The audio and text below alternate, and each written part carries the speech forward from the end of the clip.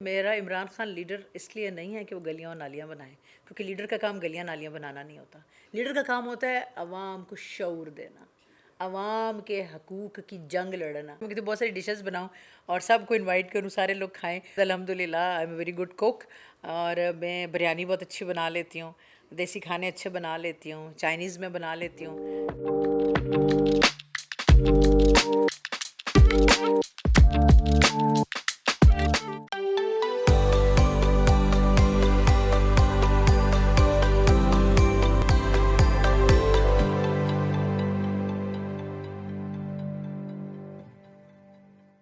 बिस्मिल्लाहिर्रहमानिर्रहीम। आज हमारे साथ मौजूद हैं सईदा सुमायरा रज़ा साहिबा, जो कि मरकज़ी डिप्टी जनरल सेक्रेटरी हैं पाकिस्तान तहरीक इंसाफ ख़वातीन विंग की। आज हम इनसे इनकी ज़िंदगी के मुख्तलिफ़ पहलुओं पर बात करेंगे।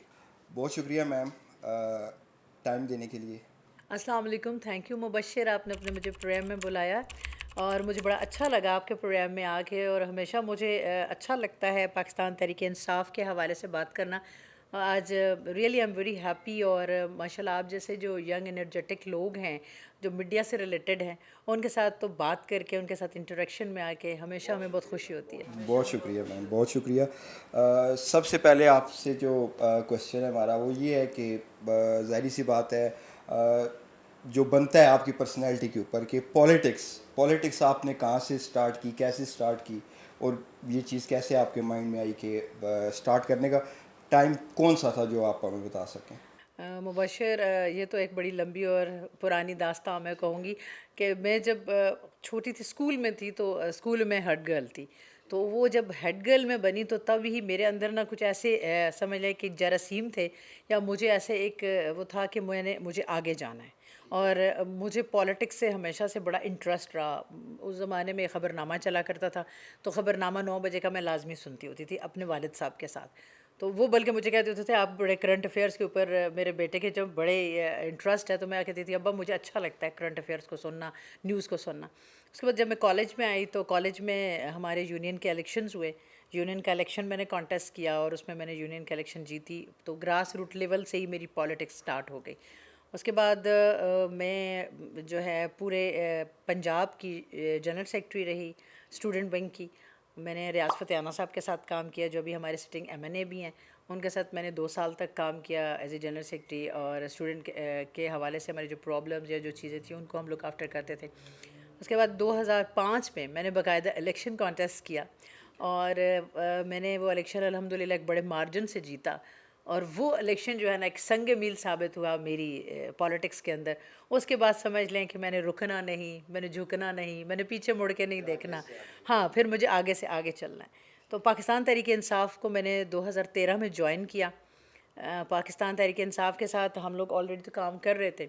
बाकायदा जो मेरी मेंबरशिप है वो 2013 में। कोई मैम ख़ास वजह पाकिस्तान तहरीक इंसाफ ज्वाइन करने की। इमरान खान, ओनली इमरान खान। ओनली इमरान खान। इमरान खान, क्योंकि खान साहब जब 92 में अटक आए तो उस वक़्त वहाँ पर 14 अगस्त के हवाले से एक साइकिल रेस हुई, और I was the only female member there. उस पूरी रेस के अंदर मैं एक वाहिद लड़की थी, मैं बच्ची थी उस वक़्त। तो मैंने उस साइकिल रेस में पार्टिसिपेट किया और सेकंड पोजीशन थी उस साइकिल रेस में मेरी। और ख़ान साहब के हाथों मुझे एक कप दिया ख़ान साहब ने। तो वो कप जो है ना वो मेरे लिए इतना प्रीशियस है कि अभी भी वो मेरे घर पे मौजूद है, कि ख़ान साहब ने दिया। और वो मेरे अंदर वैसे ही ख़ान साहब की क्रिकेट के हवाले से भी हम उनके फ़ैन थे। हम जो स्पोर्ट्स मैगजीन्स आते थे तो ख़ान साहब की तस्वीरें काट काट के हम कमरों में लगाते थे, उनके पोस्टर्स लगाते थे ख़ान साहब के। तो मतलब हम उनके उस वक़्त से फ़ैन थे। फिर ख़ान साहब ने जब तहरीक इंसाफ की बुनियाद रखी और तहरीक इंसाफ को चलाया और आगे आए, तो 2013 में बाकायदा तौर पे फिर मैंने तहरीक इंसाफ का मैं हिस्सा। अच्छा मैम, आप इसमें मैं ये बताएंगी कि ख़वातीन होने के नाते, क्योंकि ज़ाहिर सी बात है मर्दों को इतनी मुश्किलात का सामना करना पड़ता है, तो आप ख़वातीन होने के नाते आपको क्या क्या डिफ़िकल्टीज़ आई। मुबशर, जब तक मैं स्टूडेंट थी ना तब तक तो मुझे कोई प्रॉब्लम नहीं हुआ किसी किस्म का, क्योंकि मैं स्टूडेंट थी। लेकिन चूँकि मेरा ताल्लुक जो है basically I belong from Jhelum, district Jhelum से ताल्लुक़ है। और शादी हो के मैं डिस्ट्रिक्ट अटक गई हूँ। अटक डिस्ट्रिक्ट जो है मेरे हस्बैंड का है, मेरे इन लॉज का डिस्ट्रिक्ट है। तो अटक जो है वो एक रिमोट एरिया, और आज भी अटक में उस तरह से डेवलपमेंट नहीं हुई जैसे होनी चाहिए थी। वहाँ पर जिस वक्त मैंने 2005 में इलेक्शन के लिए कहा कि मैं मैदान में उतरूँ और मैं इलेक्शन लड़ूँ, तो मुझे बहुत सारे प्रेशर्स देखने पड़े, बहुत ज़्यादा प्रेशर्स आए।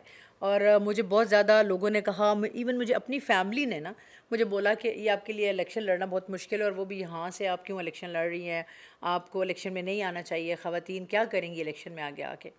तो मैंने कहा जब 33% ख़वातीन का कोटा मखसूस कर दिया गया है, ख़वातीन आबादी का 52% है पाकिस्तान की का, ठीक है, ख़वातीन घर को भी देखती हैं, बच्चों को भी देखती हैं, जॉब्स भी करती हैं, तो वाई नॉट इन पॉलिटिक्स। तो उन्होंने कहा कि ख़वातीन के हवाले से ना पॉलिटिक्स में कोई अच्छा जो है ना वो नहीं रहा, सिलसिला अच्छा नहीं रहा, और कोई अच्छा एक्सपीरियंस नहीं है लोगों का, तो ख़वातीन का यहाँ पर आगे आना और चलना एक मुश्किल अमर होगा।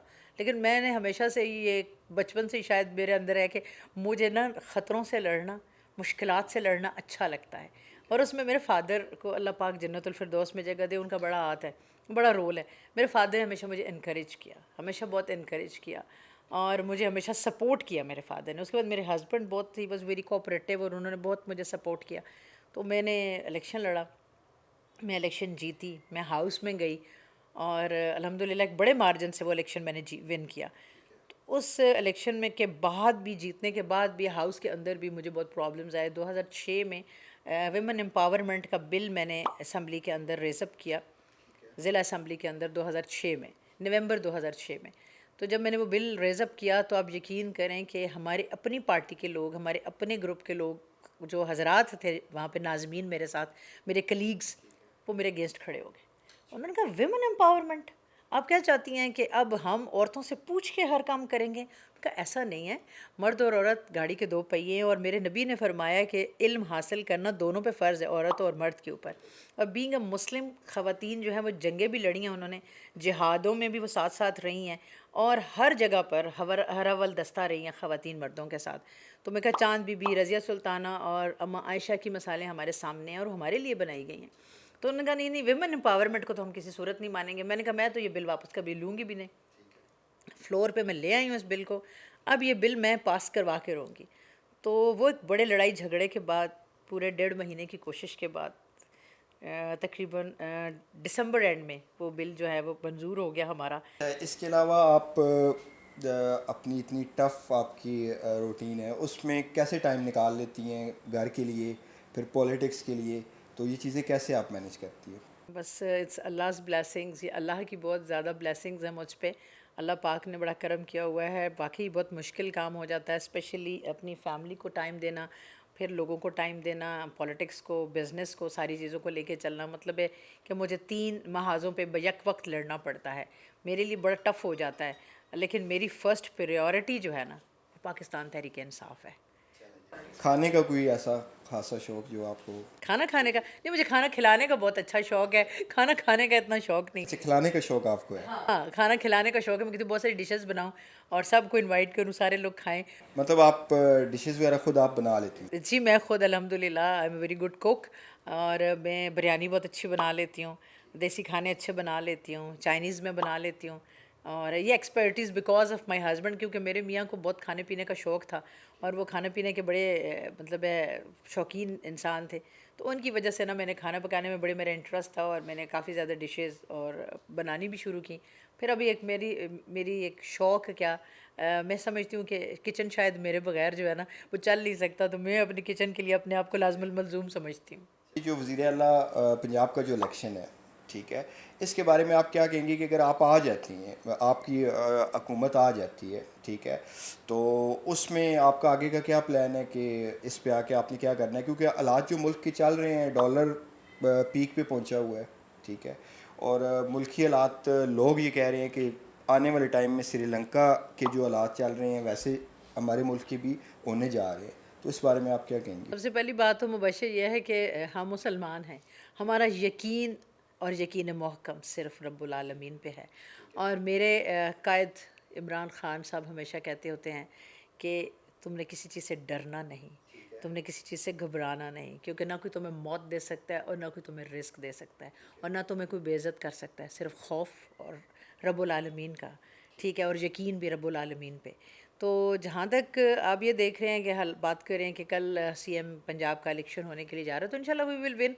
ये तो बिल्कुल तयशुदा बात है कि हम जीतेंगे। और आपने देख लिया कि 17 जुलाई को लोगों ने किस तरीके से उठा के बाहर फेंक दिया हमज़ा और हमज़ा के चेलों को। ये अली बाबा 40 चोर जो मिले हुए हैं, इन 40 चोरों की असल हकीकत लोगों के सामने खुल के आ चुकी है। लोग बाशऊर हो गए हैं, लोगों को समझ आ गई है कि सही और गलत क्या है। लोगों को पता चल गया है कि कौन ऑनेस्ट और कौन डिसऑनेस्ट है, कौन उनके फेवर में और कौन उनके अगेंस्ट है, कौन अपने मफाद की जंग लड़ रहा है और कौन पाकिस्तान की जंग लड़ रहा है। तो जो पाकिस्तान की जंग लड़ रहा है वो सिर्फ़ और सिर्फ इमरान खान है, और इमरान खान के साथ लोग खड़े हैं और हमेशा खड़े रहेंगे। और इंशाल्लाह कल का इलेक्शन हम विन करेंगे। गली नाली ये चीज़ें जो सड़कों की जो सियासत थी उसी पे हमने सारी बड़ा अच्छा आपका क्वेश्चन है। मेरी तो हमेशा से एक ही बात होती है कि मेरा इमरान खान लीडर इसलिए नहीं है कि वो गलियां और नालियां बनाए, क्योंकि लीडर का काम गलियां नालियां बनाना नहीं होता। लीडर का काम होता है अवाम को शऊर देना, अवाम के हकूक़ की जंग लड़ना, अवाम में बेदारी पैदा करना, अवाम को ये बताना कि आपके लिए सही क्या है और गलत क्या है। ये आप बताएं कि जो यंग जनरेशन है आने वाली जो स्पेशली ख़वातीन, क्या आप उनको पैगाम देंगी कि वो किस तरह, क्योंकि होता ये है हमारे माशरे में ये है कि अगर एक लड़की है वो घर के काम कर रही है तो वो कहते हैं आप ये घर के काम करेगी, अगर वो बाहर कहीं जॉब के लिए निकलती है तो वो कहते हैं जी अब ये घर के लिए नहीं रही है, बाहर अब जॉब कर रही है तो ये बच्चे कैसे। आपने ये सारी चीज़ें मैनेज की, तो कुछ ऐसी टिप्स जो आप देना चाहें। देखिए जी, टिप्स मैंने क्या देनी है, मैंने तो सिर्फ एक बात ये कहनी है कि अल्लाह पाक ने ख़वातीन को बड़ा मज़बूत पैदा किया है, बड़ा स्ट्रॉन्ग पैदा किया है, ठीक है। और अल्लाह पाक ने औरत को ना दुनिया में, वो कहते हैं वजूद ज़न से है तस्वीर कायनात में रंग।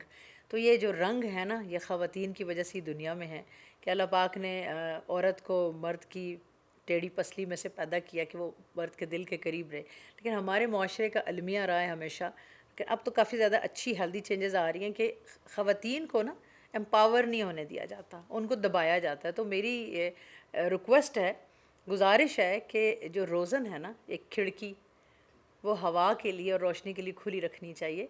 हमारी ख़वातीन में बड़ी सलाहियतें हैं, हमारी ख़वातीन बहुत एनर्जेटिक हैं, उनका विज़डम बहुत अच्छा है, उनकी अप्रोच बहुत अच्छी है, लेकिन उन्हें अपॉर्चुनिटीज़ की ज़रूरत है।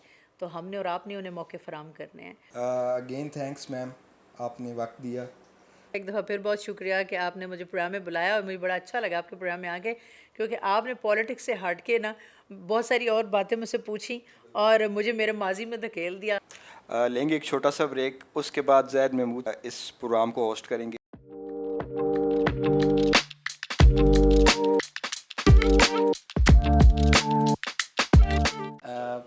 Thank you so much Mubashshir, आपने बहुत अच्छा प्रोग्राम किया। आखिर में मैं दो सवाल मैडम आपसे करना चाहूँगा।